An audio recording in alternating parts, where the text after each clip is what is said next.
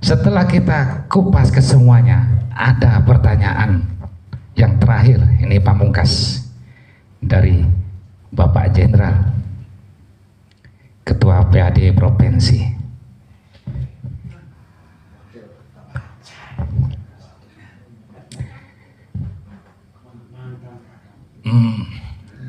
Baik, mantan Kakawin Kemenham Provinsi Bali, kita ralat. Jenderal, apakah baru pertama kali ini kasus yang mengungkit seorang tokoh Wida karena didemo oleh orang Islam? Kami mohon petunjuk. Monggo Bapak Jenderal jelaskan.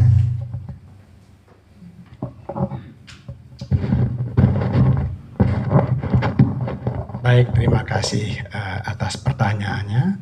Sebelum saya berbicara, terima panganjali umat. Om Swastiastu, Om Awigamastu, Namo Buddhaya. Assalamualaikum warahmatullahi wabarakatuh. Salam sejahtera untuk kita semua. Namo Buddhaya. Selamat malam. Baik, pada kesempatan ini marilah kita dengan tidak henti-hentinya memanjatkan puji syukur kehadirat Ide Sang Hyang Widiwase, para dewata yang agung, betara kawitan lan leluhur, serta Allah Subhanahu wa Ta'ala, Tuhan yang Maha Kuasa. Karena berkat beliau kita bisa berkumpul di tempat ini, tentunya dengan niat yang sama. Kalau tanpa ridho Allah, tanpa restu Ide Sang Widiwase, kita tidak akan kumpul di tempat ini. Itu secara vertikal. Secara horizontal, kalau kita tidak satu tujuan, tidak mungkin kita kumpul di tempat ini. Nah, itu stressing kita di situ dulu. Ini sebenarnya kurang kita. Harusnya seorang ibu di dunia ini tadi udah disampaikan. Yang pertama harus dihormati siapa? Ibu. Yang kedua ibu. Yang ketiga ibu. Yang keempat baru bapak. Di Hindu juga ada ajaran itu. Satyaning lelaki, kemudian di sloka ada tanpa wanita dunia sepi, dunia kiamat. Dewa Siwa saja tanpa Dewi Parwati tidak bisa berbuat apa-apa. Nah tadi sebenarnya saya ini coba Ibu, bagaimana pendapat Ibu tentang pernyataan senator itu? Coba dikit aja. Ya, saya sebagai wakil dari Muslimat ya. Ya, waktu itu rasa sakit hati juga sih, karena salah satu dengan kita menutup ini kan memang kehormatan bagi kita, dan itu juga untuk menunjukkan kepada anak-anak kita, menunjukkan itu salah satu juga sebagai akhlak untuk mereka seperti ini, untuk meredam ya pokoknya sesuatu yang berbuat yang itu wajib juga bagi kita umat muslim. Ya, saya dengan adanya seperti ini, saya merasa bersyukur sekali ada forum untuk kita istilahnya sebagai perwakilannya perempuan yang anggap istilahnya dilecehkan atau juga agama kami seperti itu. Semoga kedepannya dengan adanya pembicaraan seperti ini, forum seperti ini, bisa menjadikan inspirasi dan bisa juga memberikan keadilan untuk kita dan untuk semua umat beragama seperti itu. Mungkin itu saja yang bisa saya sampaikan dulu, karena sudah banyak yang disampaikan. Terima kasih.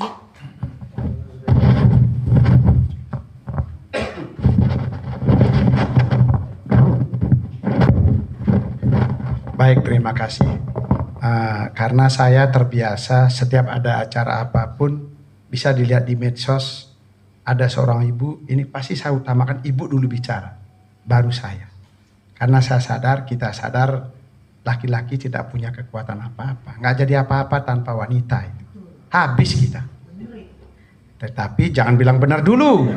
Ini umat sedharma termasuk wahai kaum wanita di seluruh Indonesia dan di dunia umumnya. Jadi betul satu ayat menyatakan begitu, Bu. Dalam ajaran Hindu, tanpa wanita dunia sepi, dunia kiamat. Tapi ada sloka yang lain, Bu. Ayat yang lain ini. Belum selesai. Ada. Kalau wanita tidak bisa menjaga kehormatan dirinya, mengumbar nafsunya, tidak setia kepada suami. Kalau Hindu tidak satyani lelaki, tidak mengimami laki-laki gitu. Itu namanya perempuan sampah, racun dunia. Nah itu Bu ya. Makanya hati-hati wanita mana dulu. Demikian juga laki-laki yang suputra adalah bisa mengampun. Anak yang suputra atau anak yang soleh, anak lulueh atau anak solehah itu bisa memberikan pengampunan segala dosa-dosa orang tua di alam sana nanti. Sama kan? Nah, itu iya. Tetapi kita bahas sekarang ini, tadi sudah semua menyampaikan bagaimana AWK ini, apakah anak yang suputra atau anak yang soleh atau anak yang bejat kalau menurut orang Islam kan gitu kan, atau anak yang durhaka menurut orang Hindu kan gitu. Karena saya di mantan Kakanwil Kemhan Provinsi Bali, saya kupas dari wawasan kebangsaan bela negara dari Undang-Undang Nomor 3 tentang pertahanan negara. Negara kuat apabila pertahanannya kuat. Pertahanan kuat apabila ketahanannya kuat. Ketahanan nasional itu datang dari mana? Ketahanan provinsi, ketahanan kabupaten kota, ketahanan kabupaten, kecamatan, kemudian desa, kemudian keluarga, baru individu. Nah disinilah dari ketahanan individu datangnya semua itu. Nah kita lihat sekarang dari ancaman negara, ada yang nyata, yang belum nyata. Ini sudah ancaman nyata namanya ini. Ya. Kemudian ancaman nyata tidak nyata dikelompokkan menjadi 3 Bapak Ibu sekalian, termasuk para pemirsa di rumah. Ada ancaman militer, ancaman hibrida, dan ancaman non militer.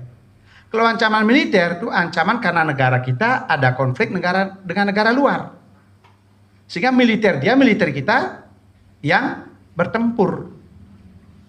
Karena kita tidak ada permasalahan dengan negara lain, kita tidak ada perang, tidak ada ancaman militer, nggak ada. Ancaman hibrida juga tidak ada karena hibrida campuran dari militer dan non militer. Yang nyata sekarang adalah ancaman non militer. Biar Bapak Ibu sekalian tahu yang di sini dan pemirsa yang belum tahu, saya akan sampaikan di sini ancaman non militer ada 7. Ada ancaman ideologi, politik, ekonomi, sosial budaya, keselamatan umum, teknologi dan legislasi. Apa itu ancaman ideologi? Nah, ini termasuk ancaman ideologi. Ideologi negara apa? Pancasila. Pancasila satu ketuhanan yang Maha Esa. Ketuhanan dikejawantahkan di dalam undang-undang. Diakui 5 negara, kebebasan memeluk agama dan keyakinan serta melaksanakan sesuai dengan agama dan keyakinan masing-masing. Agama yang diakui ada 6. Islam, Kristen, Hindu, Buddha, Katolik, Protestan, kan begitu. Kemudian salah satunya Islam. Islam cara mengejawantahkan ajaran agamanya bagi seorang wanita yang soleh tentunya ya berjilbab. Kalau menemukan orang berjilbab tidak solehah, itu jangan disalahkan jilbabnya, jangan disalahkan agamanya. Itu manusianya, gitu loh. Ya. Jangan digebyahuyah katanya bahasa Inggris itu ya. Bahasa Inggris bilang gebyahuyah itu. Ya. Itu. Jadi yang jelas agamanya menganjurkan, mewajibkan wanita untuk menjaga auratnya. Gitu. Saya agama Hindu tapi 4,5 tahun mengkaji Al-Quran dan hadis, saya paham juga sedikit gitu. Ya.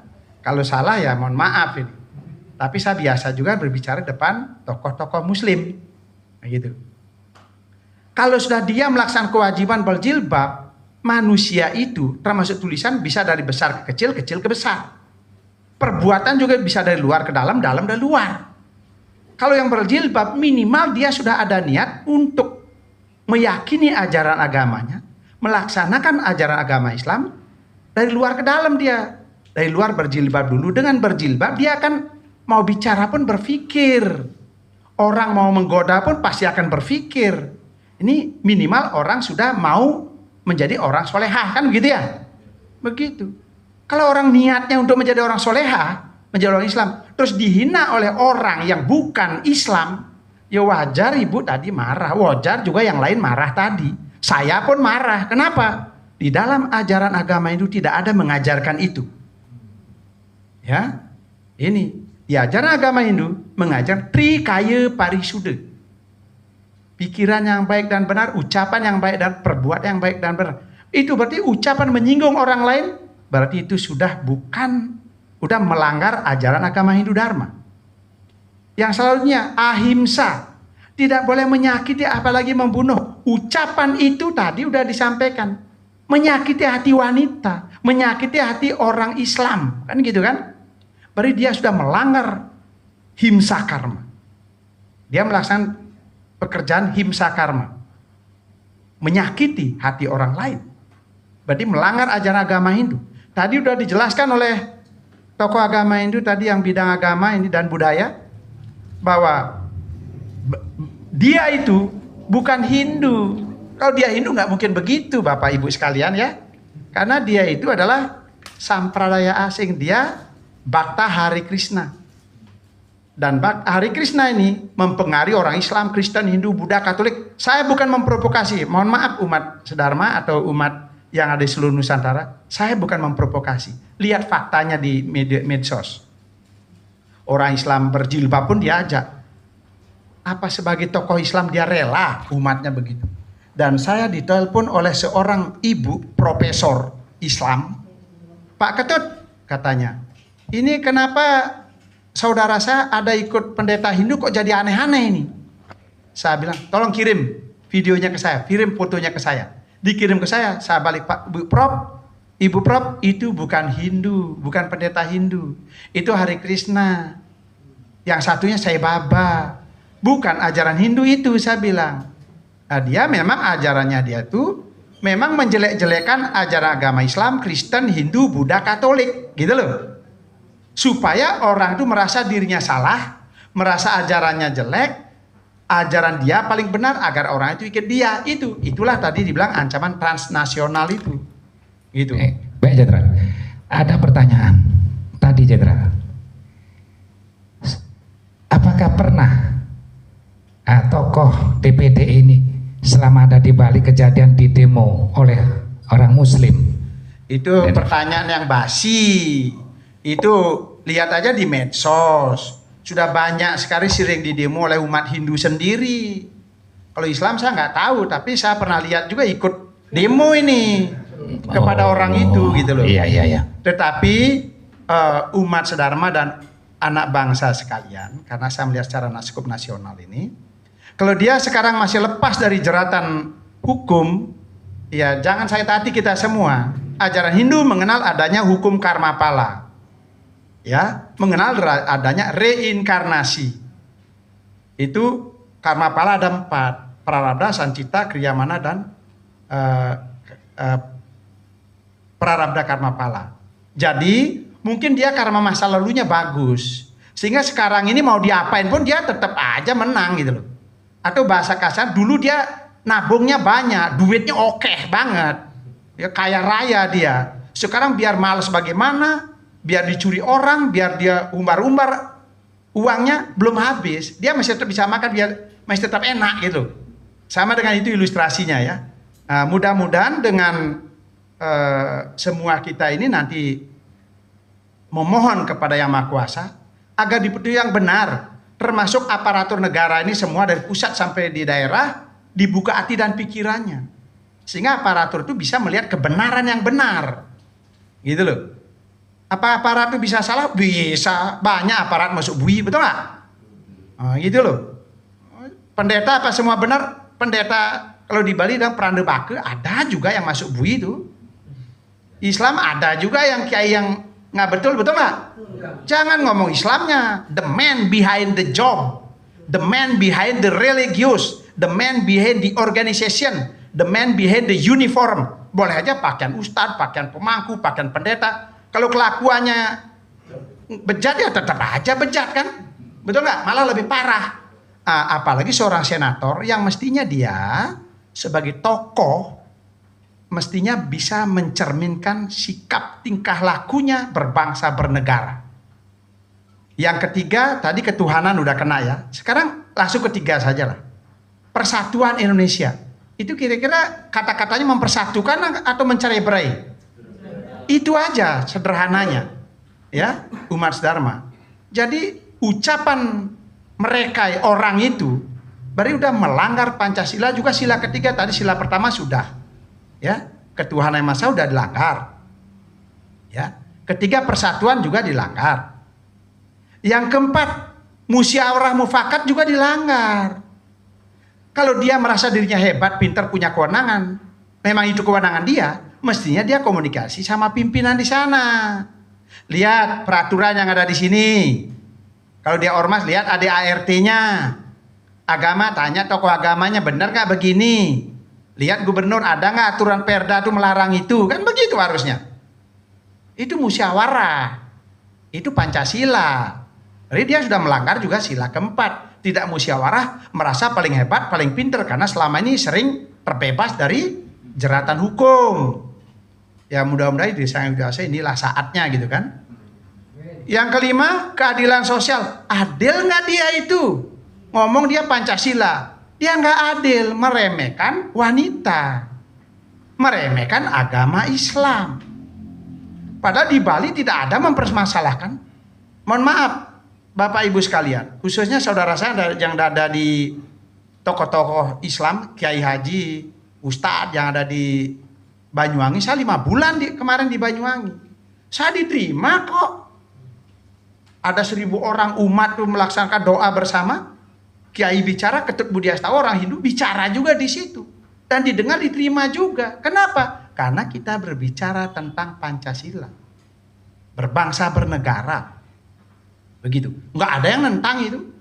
Kemarin juga saya di sini sama Profesor Dr. Kiai Haji Asep Saifuddin kalau nggak salah ya.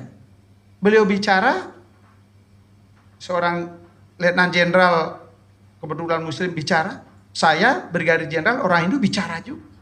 Di depan, tokoh NU di Bali, ada tokoh Hindunya juga, ada pejuang di Bali.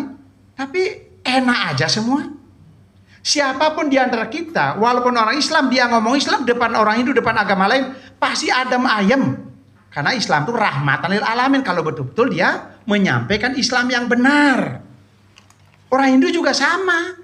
Berbicara Hindu depan orang Islam diterima juga kalau ngomong Hindu yang benar. Kristen juga sama. Di mana benarnya? Hindu ada Wasudewa Kutumbakam, ada Tatuamasi, ada Catur Guru, ada Trirene. Itu Tatuamasi itu. Engkau adalah aku, adalah engkau gitu. Di Islam, kalau betul-betul memahami Islam dengan benar, enggak akan ada orang Islam yang membuat ribut di negeri ini. Ada hablum minallah, hablum minanas, hablum min alam, kan gitu ya. Itu Islam. Hablum minanas itu untuk seluruh dunia, itu seluruh manusia di dunia. Kalau dalam satu negara, salah satu dalil Islam itu ukhuwah watoniyah katanya. Kalau dalam ibadah nggak mungkin orang Islam mempengaruhi orang Hindu Kristen supaya ikut ke masjid, nggak mungkin dia. Karena ajarannya apa? Ukhuwah Islamiyah. Sesama Islam saudara, ayo kita jamaah, sholat jamaah. Dengan berjamaah dijanjikan pahala berlipat ganda oleh Allah, kan gitu ya. Langkah kaki pun dihitung pahala. Itu ajaran Islam. Kemudian kayak gini, kita beda agama, atau pembantu saya orang Islam, atau di kantor beda agama, di situ ya ngomongnya lakum dinukum waliyadin. Jangan salah penempatan dalil. Kalau lakum di berbangsa bernegara orang Islam ada yang ngomong lakum dinukum waliyadin, itu keliru penempatan ayat. Saya berani ngomong karena ini saya dari seorang kiai juga yang ngomong begini, saya niru aja ini. Ya, burung beo. Nah, kemudian itu baru ancaman ideologi. Sekarang ancaman legislasi. Padahal dia orang hukum katanya. Dia tahu hukum. Mestinya dia tahu dong legislasi di Provinsi Bali apa. Aturan hukum yang di bandara itu apa. Ya kan? Ketentuan aturan yang berkaitan dengan pakaian lah, dengan job description-nya lah.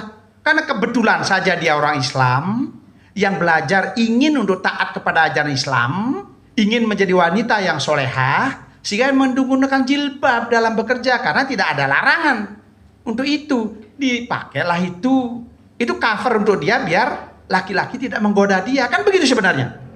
Loh, kenapa kok dia orang hukum, kalau dia tahu legislasi itu aturan, harusnya bicara aturan dong, tanya dong kemana nanya. Ini udah banyak salahnya menurut pandangan saya, gitu loh. Kemudian kalau lihat ancaman lagi, ancaman non militer ini selain itu, bukti bahwa itu Hare Krishna, dia itu Bhakta Hare Krishna. Makanya dia begitu. Karena semua selain pendapat dia, selain cara dia, dianggap salah, dianggap jelek. Makanya itulah bukti juga. Sekarang kita buka. Tahun 70-an masuk 80-an, masyarakat di Bali resah, Pak. Umat sedharma, penonton di luar. Ya. Sehingga demo sampai membakar salah satu asramnya oleh umat Hindu yang ada di Bali. Sehingga baru pemerintah turun. Muncullah keputusan Jaksa Agung nomor 107 garis miring J.A garis miring 5 garis miring 1984. Nah gitu. Ya. Kemudian adapun, nah ini sekarang saya bacakan ini biar nggak salah. Salah satu keputusan Jaksa Agung itu menetapkan, yang pertama, biar Bapak Ibu yang Muslim juga tahu, yang penonton semua juga tahu, termasuk yang Hindu, melarang peredaran semua bentuk dan jenis segala macam barang-barang cetakan dan kegiatan-kegiatan lainnya untuk mengembangkan dan menyebarluaskan ajaran yang bersumber dari kepercayaan Hare Krishna di seluruh Indonesia. Nah, ya. Yang kedua, mewajibkan kepada yang memiliki, menyimpan, mengedarkan, memperdagangkan dan mencetak barang-barang cetakan tersebut, diktum pertama, untuk menyerahkan kepada Kejaksaan Tinggi atau Kejaksaan Negeri setempat dan aparat keamanan lainnya. Tuh.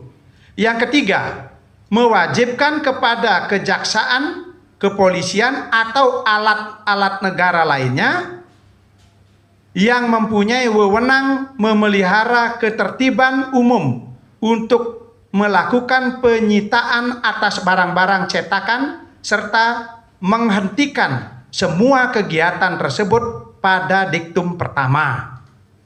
Yang keempat, pelanggaran atas ketentuan dalam diktum pertama dan kedua, keputusan ini diancam dengan hukum menurut pasal 1 Undang-Undang nomor 4 garis miring PNPS garis miring 1963. Yang kelima, memerintahkan pencantuman keputusan ini dengan penempatan dalam Berita Negara Republik Indonesia.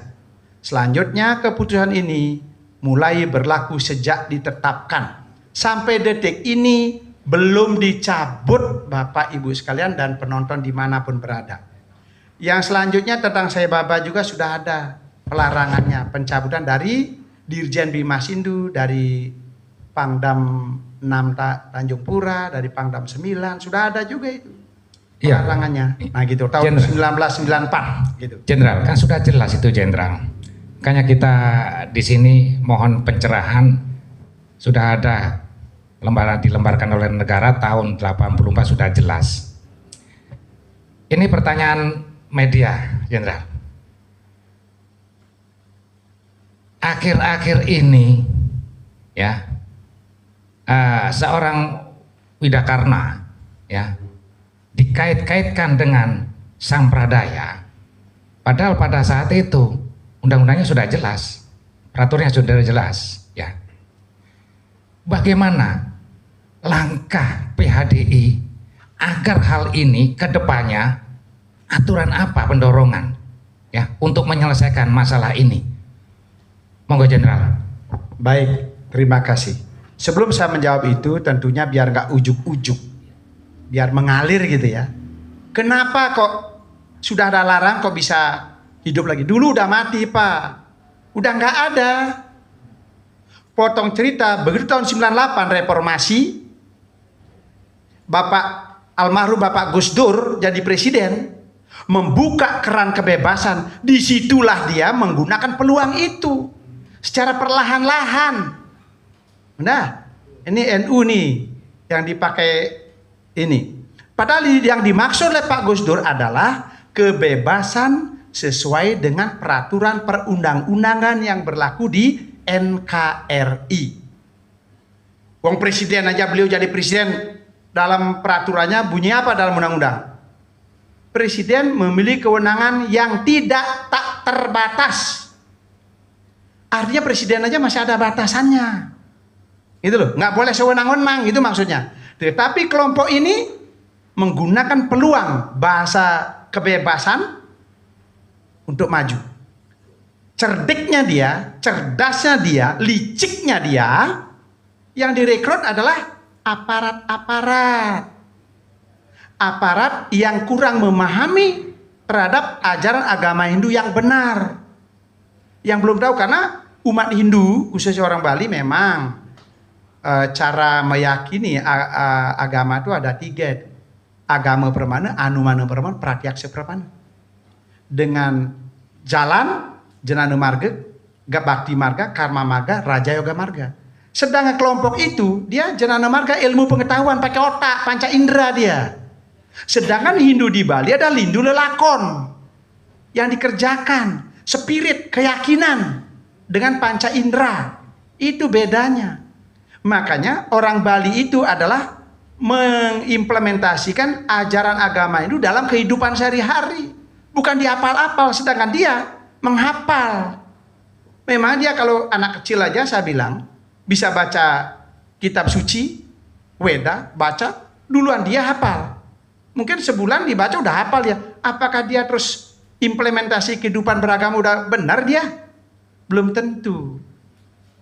Dan perlu kita ketahui, Bapak Ibu semua ketahui, leluhur Bali dulu banyak tidak tahu ajaran agama Hindu. Trisandi aja nggak tahu, Trisandi nggak pernah. Pace sembah apalagi. Ya, mungkin kesanggah merajan juga jarang laki-lakinya. Tetapi kenapa beliau bisa menjadikan Bali menjadi pulau dewata? Ini pertanyaan besar bagi kita yang sok-sok merasa pintar sekarang ini.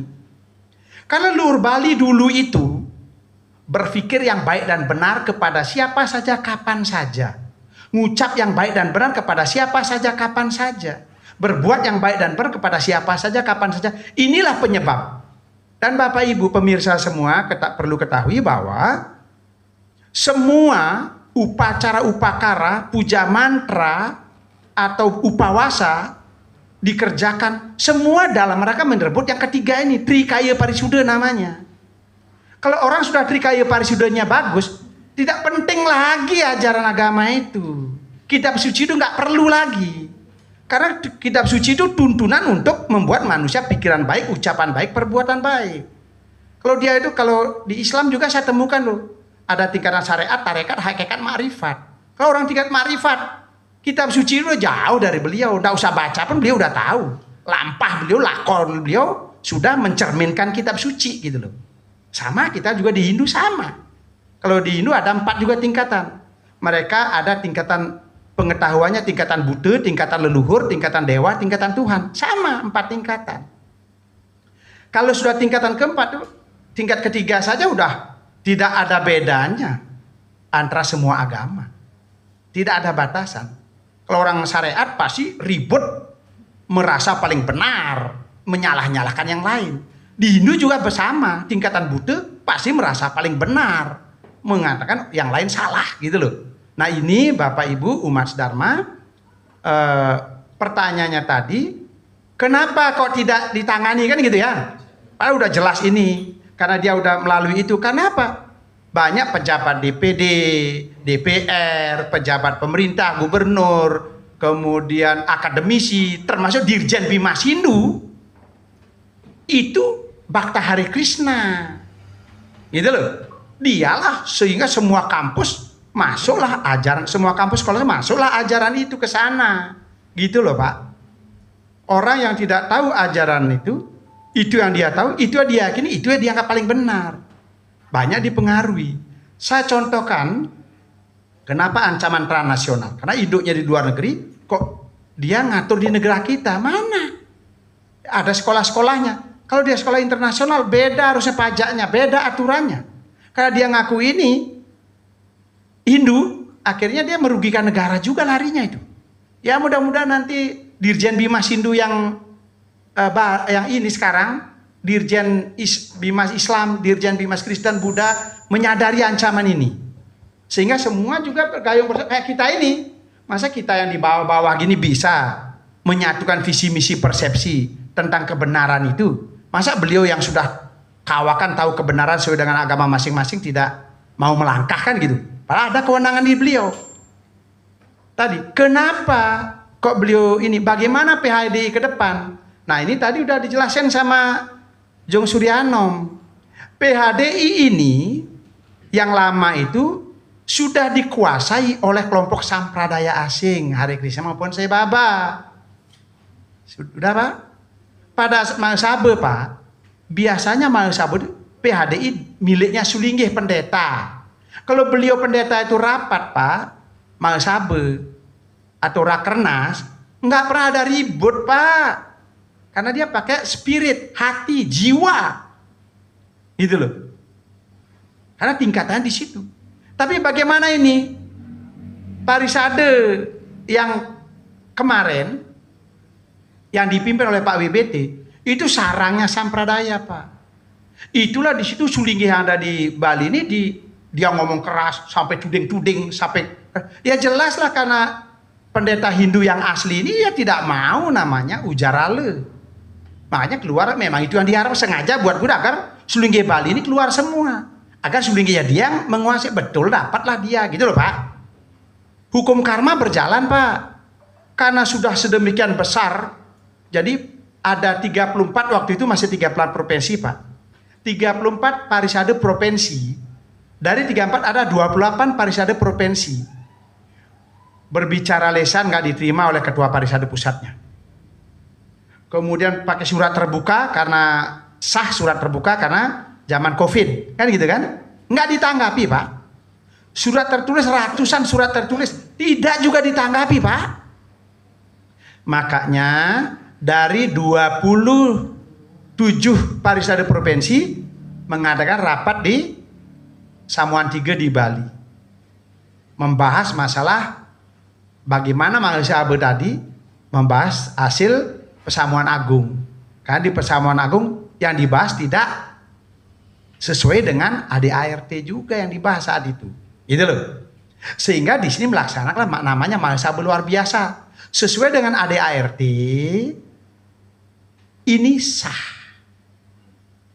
Kalau sudah diadakan kemudian pejabat lama kan didemisioner. Dia udah nggak sah.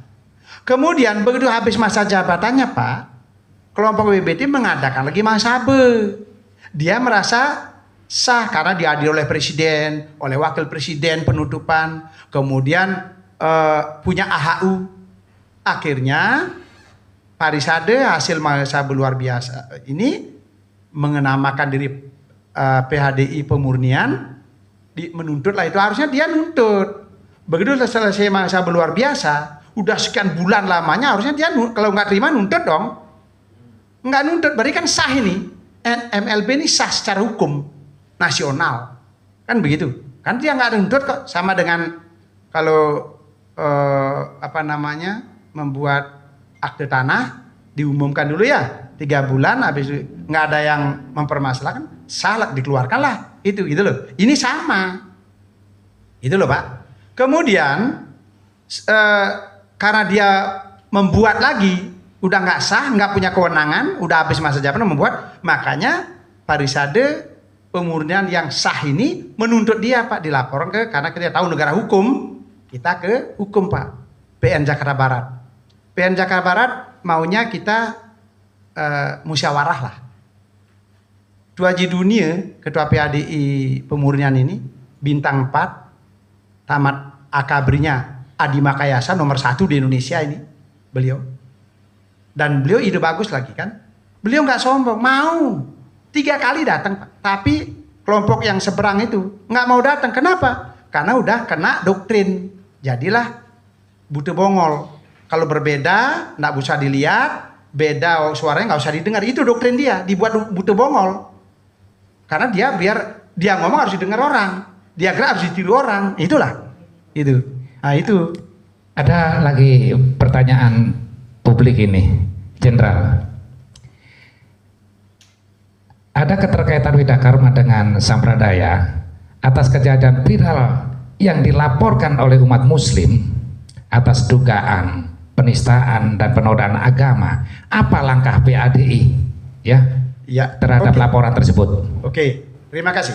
Langkah PADI nanti kalau udah tahu latar belakang tadi demikian, PADI mestinya aparatur negara ini yang bertugas menangani hal tersebut. Semoga Allah Subhanahu wa taala, Tuhan yang Maha Kuasa, Yang Hidup membuka hati dan pikiran dia agar nantinya mencari saksi-saksi yang benar. Saksi yang benar kalau Islam jadi MUI. Kan gitu ya? Minta ke MUI saksi ahlinya. Kalau di Hindu ya minta ke Parisade Hindu Dharma yang benar, yang sah ini, yang pemurnian ini. Pasti akan benar. Kalau kayak dulu yang tadi udah disampaikan sama Jung Suryanom, meminta saksi ahli dari kelompoknya Sampradaya asing itu, Hare Krishna itu, ya seguru seilmu ya sama, benar itu. Jadi aparat dibodoh-bodohin, mau aja aparat dibodoh-bodohin kan? Karena saya juga mantan aparat. Biar sampean baru tahu saya sejak dinas Pak, nggak ada takut-takutnya menyampaikan kebenaran. Sampai ada 2 orang mayor jenderal ngomong ke saya waktu saya kolonel, "Tut, kamu tidak akan jadi jenderal, kamu tidak bisa jadi jenderal." Seorang Sulingkih pun di Bali ini ada ngomong gitu. Dibilang saya merupakan reinkarnasi seorang pendeta yang kayak apa gitu, dia bilang, "Nggak akan jadi jenderal kamu." Itu saya bilang peranda bake itu, mau saya potong lehernya, saya jadi yuyu aja kalau dia peraya bake kan gitu ya, gitu. Nah ini Pak, tapi kenyataannya saya jadi jenderal. Saya jadi jenderal apa karena orang, karena ngolor? Enggak. Lihat aja jejak digital saya. Saya keras begini, keras menyampaikan kebenaran. Jadi Tuhan nggak tidur. Kalau kun fayakun Allah itu bekerja, ada manusia bisa menepis. Ini bukti kun fayakun Allah kalau ajaran Islam. Kalau Hindu, awigena mastu nama sidam. Kalau udah Tuhan menghendaki, tidak ada yang tidak mungkin. Ini itu buktinya. Dan ada selokanya. Barang siapa yang merenungkan aku sendiri, berpikir untukku, bekerja untukku, apa kebutuhannya akan kuantarkan, apa yang dimiliki akan kulindungi. Itu bukti, makanya saya tidak pernah meragukan ayat ini, sloka ini. Buktinya terjadi semua gitu. Banyak itu ditekel, banyak orang nekel-nekel, tapi jadi juga gitu. Bukan karena orang, kalau orang banyak nekel saya Pak. Itu. Jadi kalau saya sebagai Parisade Hindu Dharma Provinsi Bali, mudah-mudahan Ketua MUI Provinsi Bali, kemudian apalagi di provinsi yang Ketua Muhammadiyah Provinsi Bali, ayo mudah-mudahan juga Ketua FKUB nanti mau kita duduk bersama. Jangan memilih Parisade Hindu Dharma yang tidak sah, gitu. Salah arah. Kalau yang tidak sah itu tidak akan berani tegas seperti saya Pak. Tidak akan berani tegas seperti Jung Suryanom. Tidak akan berani tegas kayak Ketua Forgas Provinsi Bali ini. Gitu. Jadi kebenaran Hindu tentunya ajaran Hindu. Nah ini biar tahu tadi ya. Weda katanya kan gitu. Kalau Hare Krishna dia menggunakan topengan Weda. Bapak ibu karena bukan Hindu, saya kasih tahu supaya umatnya tidak dipengaruhi oleh kelompok itu, ya. Weda yang mana dulu? Prabhupada pendiri ISKCON yang dituhankan oleh kelompok Hare Krishna itu, yang disembah oleh kelompok Hare Krishna itu, mengatakan bahwa ISKCON bukan Hindu. Tegas. ISKCON bukan Hindu. Hare Krishna bukan Hindu. Itu satu. Yang kedua, ada doktrin dia, paran-para. Kalau ada orang belajar kitab suci tanpa melewat garis perguruan, itu dibilang pencuri ilmu. Siapa yang pencuri ilmu? Dengan Prabhupada mengatakan Saki, Hare Krishna atau ISKCON itu bukan Hindu, dialah pencuri Bhagavad Gita secara utuh. Itu vandalisme itu. Mencuri kitab suci Bhagavad Gita terus dia terjemahkan sesuai dengan keinginan dia. Karena Bhagavad Gita menurut Hare Krishna, yang dimaksud Krishna di situ adalah Krishna Chaitanya Mahaprabhu, manusia biasa. Yang mate juga dia, nggak moksa. Mate. Gitu. Sedangkan Bhagavad Gita yang dianut oleh Hindu Bali dan Hindu Nusantara ini, yang dimaksud Krishna di situ adalah Sri Krishna Awatara ke-8 yang menegakkan kebenaran Dharma. Begitu. Ya, biar tahu. Jadi sekali lagi bahwa kami Parisade Hindu Dharma Indonesia yang pemurnian ini tentunya menegakkan ajaran agama Hindu sesuai dengan pakam Hindu. Karena kitab suci Hindu ada dua, Pak. Umat semua yang ada di dunia, Hindu Nusantara, Hindu Bali ini, ada Weda lontar tertulis, ada yang tidak tertulis. Ada Maya Tattwa, ada Tattwa. Yang Tattwa yang tertulis dibagi dua. Ada Weda Sruti, ada Weda Semerti. Weda Sruti ada Catur Weda sebagai Weda Sirah, ada Pancamo Weda. Pancamo Weda inilah Bhagavad Gita. Weda Semertinya ada Wedanga, ada Upaweda. Begitu, sangat luas dan dalam kitab suci Hindu yang ada itu. Makanya kalau orang Hindu ditanya, mana kitab sucimu, mana Wedamu, nggak akan bisa dia membawa Weda, karena Weda agama Hindu itu ya hampir mirip lah semesta alam ini, sama dengan itu. Ayo, siapa yang mampu memahami semesta alam ini? Siapa mampu memegang semesta alam ini? Nggak akan bisa. Ini saya ilustrasikan Weda itu itulah kira-kira.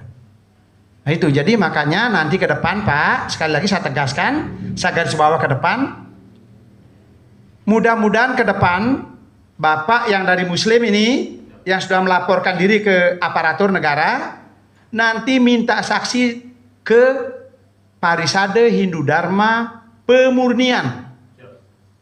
Saya kebetulan ketua Parisade di Provinsi Bali, begitu pensiun saya didaulat, nggak boleh nolak, nggak bisa dikasih kesempatan ngomong, saya nggak bisa. Pokoknya 9 kabupaten kota meminta saya nggak bisa nolak juga, karena nggak dikasih kesempatan bicara. Saya harus ngayah. Ini saya yakini dari leluhur kawitan. Saya siap. Ayo, saya tadi juga ngomong jadi orang Islam, jadilah orang Islam yang benar. Dasar Islam benar bagaimana? Yakini dan laksanakan Al-Quran dan hadis, titik. Bakti kepada Allah Subhanahu wa Ta'ala dan junjungannya Nabi Muhammad Sallallahu Alaihi Wasallam, titik. Nggak ada lagi nabi lain yang lagi pura-pura bukan nabi melebihi nabi kelakuannya di dunia, kan gitu? Betul nggak? Ini coba lihat aja di YouTube itu. Gitu. Ini omongan kiai juga ini. Bukan kiai ketot, tapi kiai tempat saya mengkaji Al-Quran dan hadis gitu. Nah, gitu. Jadi yang Kristen jadi Kristen yang baik. Bagaimana Kristen yang baik? Yakini dan laksanakan Alkitab. Selesai urusan. Jadi Hindu, ya yakinilah. Baik Weda yang tertulisnya maupun yang tidak tertulisnya. Gitu. Nah itulah sebenarnya. Kalau Buddha, pedomani itu Tripitaka, selesai urusan. Jadi ngomong beragama, ngomong Islam, Anda Islam ini, jangan melihat agama Hindu, Kristen, Buddha, Katolik dengan sudut pandang Islam, udah salah itu. Sama dengan saya bikin baju, kok dipaksakan pakai ukuran Anda, cocok nggak? Lo nggak iso.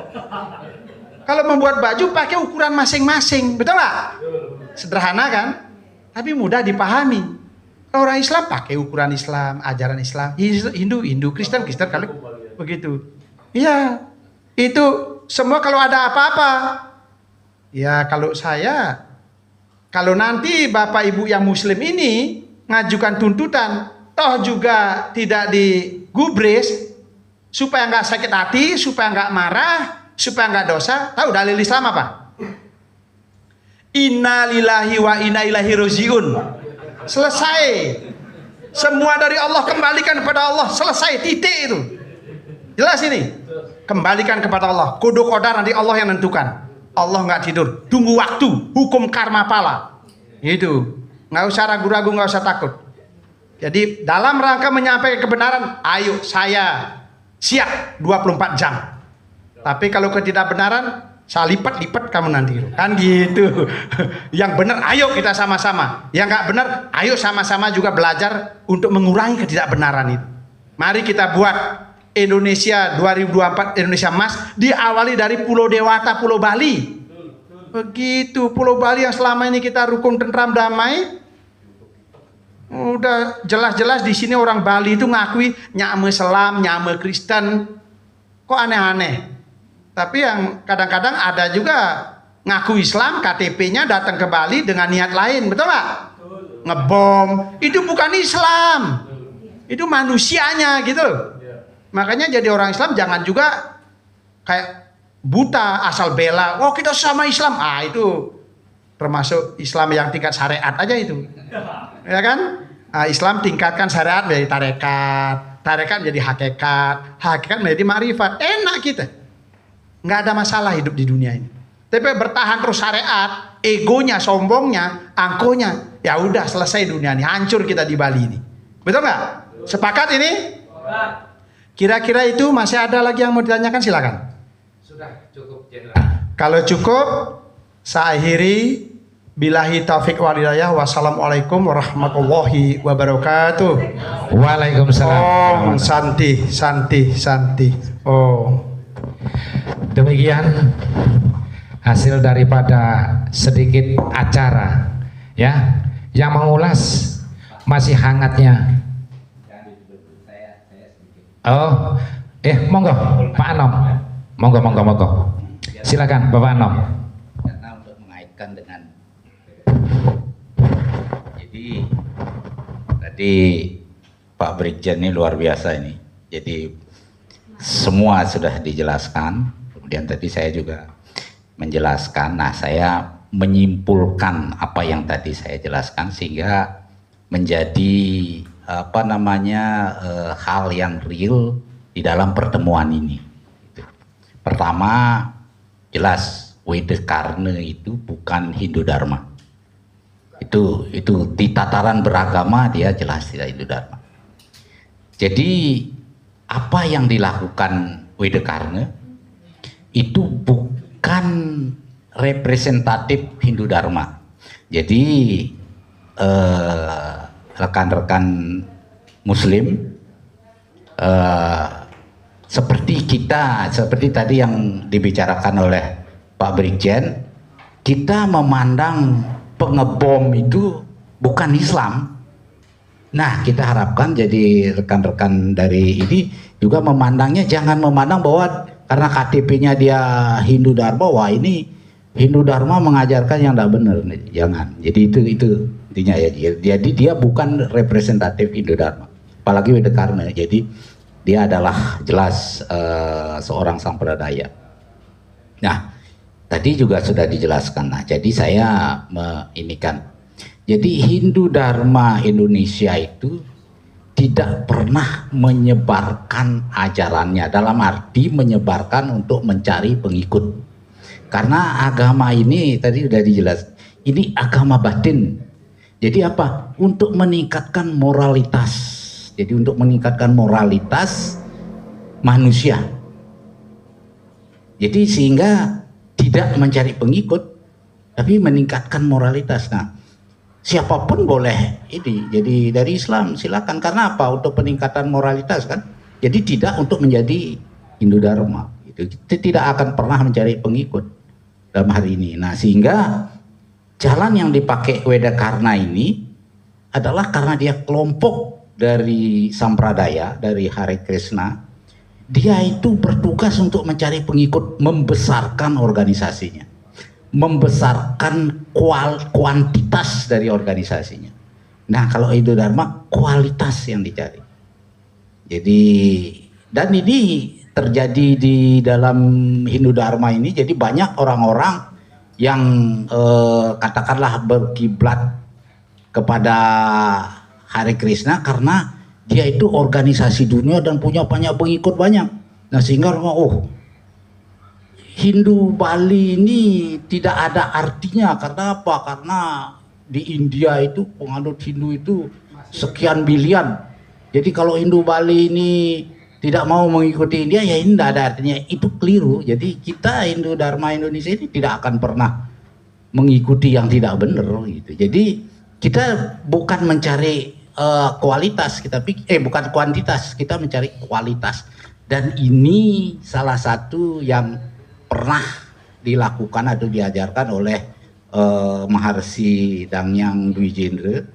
Jadi di mana ketika, ya saya agak sejarah sedikit, jadi ketika terjadi pengislaman di Nusantara ini, nah beliau berjalan, jadi bukan beliau menenang, beliau jalan ke timur sampai di Bali, sampai ke Tambora terus balik, dan dia melihat Bali ini yang akan menjadi atau mempertahankan Nusantara. Nah ketika di Lombok ada umat yang sudah pindah agama itu minta untuk dijadikan Hindu lagi. Nah beliau tidak mau. Kenapa? Dikatakan bahwa kita ini sama. Kita keluar dari 3. Jadi dari bertelur, dari tumbuh, dari beranak. Ini 3. Jadi di dunia ini makhluk hidup keluar dari 3. Makanya di Lombok itu ada Islam Wetutlu itu. Jadi beliau tidak mau, jadi jangan. Jadi ya sudah, karena memang ya ketika itu pun seperti saya baca itu Sunan Kalijaga semua itu yang ditingkatkan adalah morality. Jadi terjadi krisis kulit, krisis moral ini. Nah ini yang menyebabkan ya kulitnya ada masuk. Nah setelah itu masuk ajaran-ajaran yang tadi itu, jadi yang hanya di level peningkatan ego aja. Jadi itu. Nah tadi juga sudah dikatakan bahwa jadi saya katakan tadi bahwa Hindu itu bukan untuk menyebarkan cari pengikut sehingga menyebabkan ya katakanlah bentrok dengan yang lain, karena apa? Landasan kita untuk mendapatkan kebahagiaan namanya trihidekaran, 3 landasan, jadi 3 kehubungan harmoni sehingga kita akan mendapat kebahagiaan. 1, harmoni dengan yang di atas, yang widi atau Tuhan Yang Maha Esa. Hubungan harmoni sesama manusia. Nah inilah hubungan harmoni sesama manusia ini, ya manusia ini bermacam-macam. Kulitnya ada yang Islam, ada yang Kristen, ada yang kepercayaan, ada ya kita tetap mengulang harmoni. Jadi tidak melakukan hubungan yang tidak benar dengan sesama itu. Nah kemudian yang ketiga adalah dengan alam semesta. Alam semesta ini termasuk binatang dari tumbuh-tumbuhan yang ada di dalamnya. Nah ini juga di harmoni. Nah tadi sudah disinggung oleh Pak Ketut, jadi hubungan ini, harmoni ini ya harus berdasarkan dari niat. Jadi niat, kemudian kita bicaranya juga dan tindakannya juga seperti itu. Gitu. Jadi itu. Nah, jadi itu sedikit kesimpulan dari saya. Jadi untuk menekankan, menstreskan bahwa sesuai dengan pertemuan ini bahwa Weda Karna itu tidak representatif itu Dharma. Itu. Nah silakan, ayo kita tuntut, dan saya harapkan ya jadi jalan hukum ini, karena kita pun di jalan hukum ini habis-habisan. Nah saya harapkan ya harus habis-habisan juga jalan hukum ini. Nah seperti tadi sudah dikatakan, saya siap, artinya PHDI ya, saya siap untuk menjadi saksi ahli. Jadi bahwa itu, jadi itu. Nah silakan, jadi jangan sampai. Tapi kalau ini lintas agama, saya mau saksi ahlinya dari Hare Krishna, dari apa, ya sudah kena dia. Karena apa? Karena Islam yang gitu.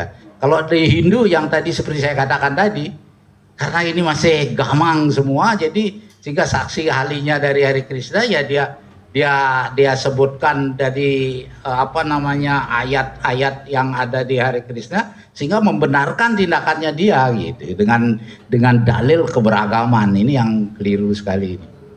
Ya, jadi semoga Jadi apa yang kita lakukan ini, jadi ini sebenarnya untuk bangsa sendiri.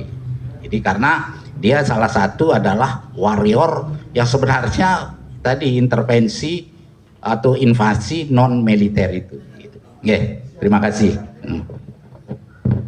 Terima kasih Bapak Anom atas ulasannya yang begitu menyentuh ya di dalam lembaga PHDI dalam menghadapi kemelut ya yang saat ini terjadi. Selanjutnya ini ada sedikit dari Gus Yati untuk penutup. Gus Yati, monggo. Ini closing statement ya. Selain saya juga Pak Arya. Untuk saya kasih tahu, saya ingatkan kepada pemerintah, kepolisian maupun kepala negara, Presiden Republik Indonesia, ada strategi defensif yang dilakukan oleh transnasional pimpinan Wedakarna di Bali dengan adanya surat seruan puputan untuk bersama-sama turun di tanggal 11. Itu strategi untuk menakut-nakuti hukum, untuk menakut-nakuti negara. Itu adalah strategi defensif yang dilakukan transnasional. Untuk itu kalau saya 11 turun, mereka tangkap, tokohnya tangkap. Itu dari saya. Ya, baik. Terima kasih. Saya sedikit aja sebagai closing statement saya. Jadi dari beberapa pihak rekan tadi sudah menyampaikan terkait dengan siapa seorang Arya Wedakarna. Sudah jelas bahwa beliau adalah atau dia adalah seorang menganut aliran sampradaya asing, itu Hare Krishna. Nah, kalau misalkan merusak tatanan adat, nah kami adalah di Porgas akan berdiri di barisan terdepan dan akan menghalau kalau misalkan tatanan adat, budaya, agama itu diusik. Kalau misalkan itu terjadi, ya kami bisa sampaikan kepada para anggota Forgas di Bali, barangkali kita akan berupaya maksimal, bila perlu kita akan turun untuk bisa memberikan suatu respon kepada aparat, baik itu penegak hukum, kemudian birokrat, sehingga benar-benar bahwa adatnya harus dijaga. Jangan sampai adat, tatanan adat di Bali dirusak oleh seseorang yang akan mengakibatkan hubungan tidak harmonis di Provinsi Bali ini terkait dengan ucapan, kemudian tingkah laku, kemudian ada grand design yang mungkin akan merusak tatanan adat, budaya, dan agama di Bali. Kami akan siap turun dan Porgas akan berdiri di barisan terdepan. Demikian, terima kasih. Sangat luar biasa dari Ketua Porgas. Selanjutnya ada tambahan dari Bapak Imam Mahmudi, pembina Wahidiyah. Monggo Bapak. Ini closing statement dari Lembaga Perjuangan Sholat Wahidiyah. Yang pertama saya bawa ketua saya, dan kebetulan saya adalah pembina penyiar Sholat Wahidiyah di Provinsi Bali. Ini closing statement dari kami. Dan selama ini kami ada di Bali itu seduduk sejajar dengan umat yang beragama di Bali, baik itu non muslim, baik itu dari Hindu, Kristen, Buddha, yang 5 agama. Kami sama-sama berdoa dengan baik selama ini. Dan adanya kasus Sarah ini, sebenarnya kita juga harus hati-hati bahwa seorang Arya Wedakarna ini pola-pola politiknya ini sebenarnya pola politiknya Arya Wedakarna ini kita harus hati-hati. Namun semuanya ini yang tadi dari pemuda Muhammadiyah sudah mau melaporkan, dari Gus Yati dan dari Forgas, kami di dalam Wahidiyah ini memang berjuang di dalam doa Ya di dalam wahidnya ada salah satu doa yang itu namanya Pak Jenderal, itu namanya terakhir wakul ja'al haq wa zahaqal batil innal batila kana zahuqa. Ketika suatu kejahatan, kebatilan yang mungkin Arya Wedakarna ini selama ini dia itu luput dari jeratan hukum, ya mungkin ini pas apesnya. Mudah-mudahan Arya Wedakarna ini pas apesnya. Jadi kita di dalam sholat wahidiyah kita berdoa kepada Tuhan Yang Maha Esa, mudah-mudahan ini adalah terakhir yang dibuat ulah oleh Arya Wedakarna, biar di seluruh provinsi Bali ini aman, adem, tentram, ayem, umat beragama sama-sama menyambut bahaya. Dan mungkin dari kami mudah-mudahan Arya Wedakarna ini segera ditangkap secara hukum. Demikian. Terima kasih. Suatu statement yang sangat luar biasa. Semuanya ingin menciptakan Bali yang tentram, Bali yang harmonis, Bali yang membangun, apalagi di dalam hal-hal hari-hari ini. Semoga apa yang diharapkan oleh kita semua yang cinta akan NKRI, berideologi Pancasila, semua ini tadi Arya Wedakarna ini sudah terbongkar ke semuanya. Semoga hal ini akan menjadi suatu momentum, terutama yang kita harapkan adalah konsekuensi hukum harus ditegakkan sesuai dengan harapan bapak-bapak semua ini yang diindikasi beliau seorang pejabat yang sudah dianggap kebal hukum. Demikian bincang-bincang kami dengan narasumber yang berkompeten yang bisa dipertanggungjawabkan, ya, baik data maupun fakta di lapangan terkait forum ini. Semoga harapan kita Bali yang santi. Demikian, Om Swastiastu untuk semua kita. Assalamualaikum warahmatullahi wabarakatuh.